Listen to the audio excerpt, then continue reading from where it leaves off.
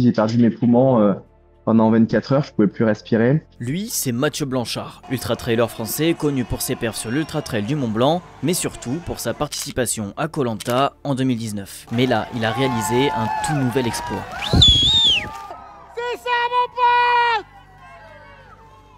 Il a remporté la Yukon Arctic Ultra, une course complètement dingue de plus de 600 km dans le nord-ouest du Canada. Faut savoir qu'on a eu des températures qui sont descendues quasiment jusqu'à -50.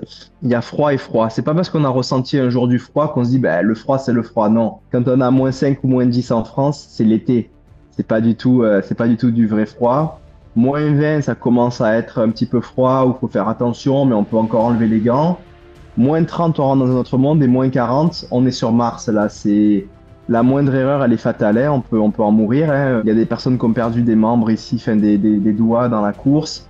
Il y a 3 ans, il y a un athlète qui a perdu ses 4 membres, quadruple amputation, les 2 pieds et les 2 mains. Donc, ça rigole pas à cette température-là. La Yukon Arctic Ultra est considérée comme la course la plus difficile du monde. Elle se dispute chaque année depuis 2003 et se décline en 3 catégories: VTT, ski de randonnée ou course à pied. En franchissant la ligne d'arrivée en 7 jours et 22 heures, Mathieu Blanchard est devenu le premier athlète à terminer cette course à pied. 630 bornes quasiment et 11 000 mètres de dénivelé à tirer une luge de 30 kg.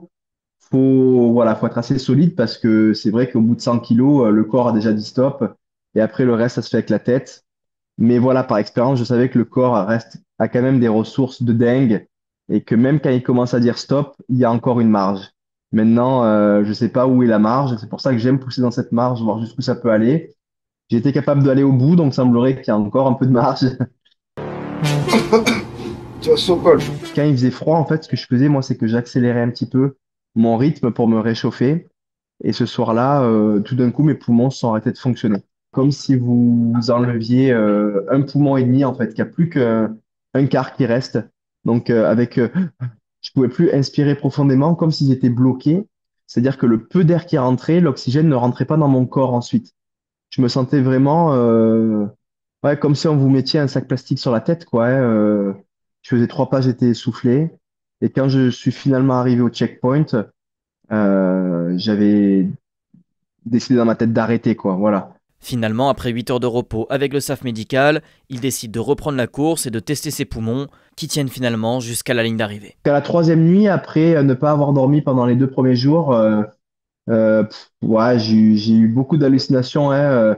Alors au début, c'est plutôt des transformations d'éléments qu'on trouve dans la forêt la nuit, des petites souches de bois, des tas de neige qui sont posées dans les arbres, où on va voir des formes, mais une forme qui va vraiment, par exemple, je voyais un dromadaire. Alors j'ai vu beaucoup de fantômes, des petits fantômes un peu à la Casper, quoi, qui passaient par là. Le personnage de Mario Kart, là, qui est sur un nuage, et quand on est sur Mario Kart, qu'on tombe à l'eau, là, qui nous repêche. Lui, je l'ai vu souvent. J'ai vu des vaches toutes bleues. Moi, ce qui m'a poussé à aller au bout, c'est que globalement, physiquement et mentalement, j'avais des douleurs, mais j'avais déjà vécu ça plusieurs fois dans mes courses d'ultra trail, mes aventures. Donc, je sais que voilà, il y a toujours une marge, c'est une quête personnelle.